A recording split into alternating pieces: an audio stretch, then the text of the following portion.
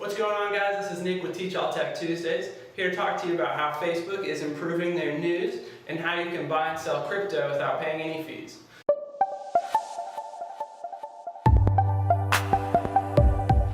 So the first item on the agenda, Facebook News has been historically terrible. So they show you articles that you don't really care about. They're almost always from national outlets, and it's never really something relevant to the local area or the community surrounding it.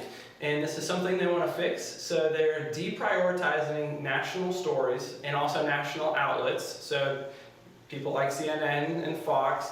And they're prioritizing local news outlets and stories about a local issue.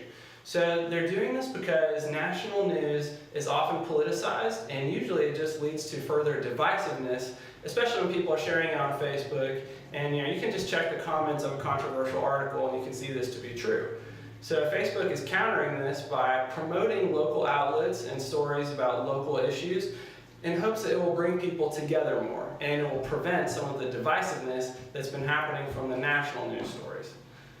What else we've got going on this week is Robinhood just announced Robinhood Crypto, which means you can do trading and tracking of up to 14 different cryptocurrencies with no fees at all.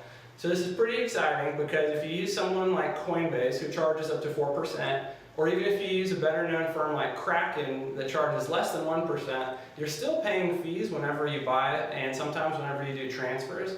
And with Robinhood Crypto, they're getting rid of this by making it no fees added. So this will be pretty interesting to see if it causes the other exchanges to bring their fees down, or if there will even be enough people on there trading for it to make a difference at all. So I'll put the link for that in the description if you want to sign up for the waiting list. Thanks for watching the video this week, guys. That's all with Teach All Tech Tuesdays, and I'll see you next time.